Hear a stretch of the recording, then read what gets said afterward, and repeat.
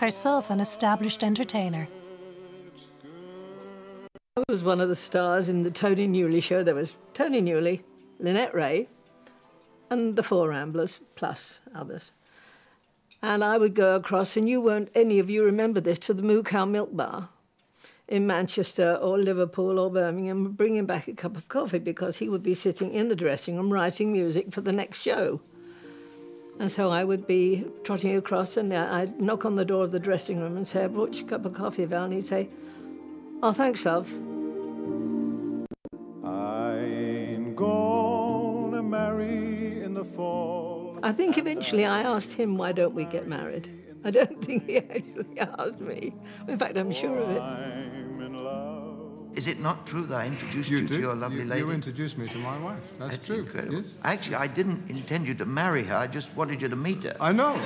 Listen to how that worked out. These things go. It was Tony's birthday during that first week, and he took everybody out to dinner, but he then made a stipulation that everybody in the show had to do something that they didn't normally do.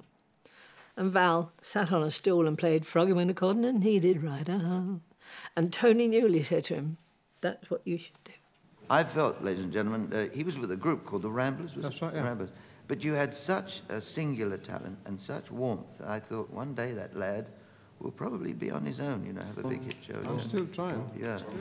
It was all the encouragement Val needed, and he went from being one of the Four Ramblers to being Val Doonican. Money goes, up goes the weasel.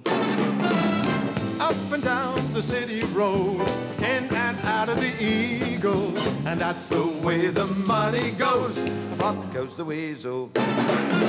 Up goes the weasel. I wrote to the boss of the BBC and told him, you know, I'd love to try on my own, so if there's ever any broadcast going for a solo artist, I'd love to do it. And to my amazement, he wrote back, and I did an audition. I sat in a studio with a guitar and sang some songs, with nobody there at all. It was just somebody on the other end of the sound system listening to me in the studio. And he gave me some broadcasts,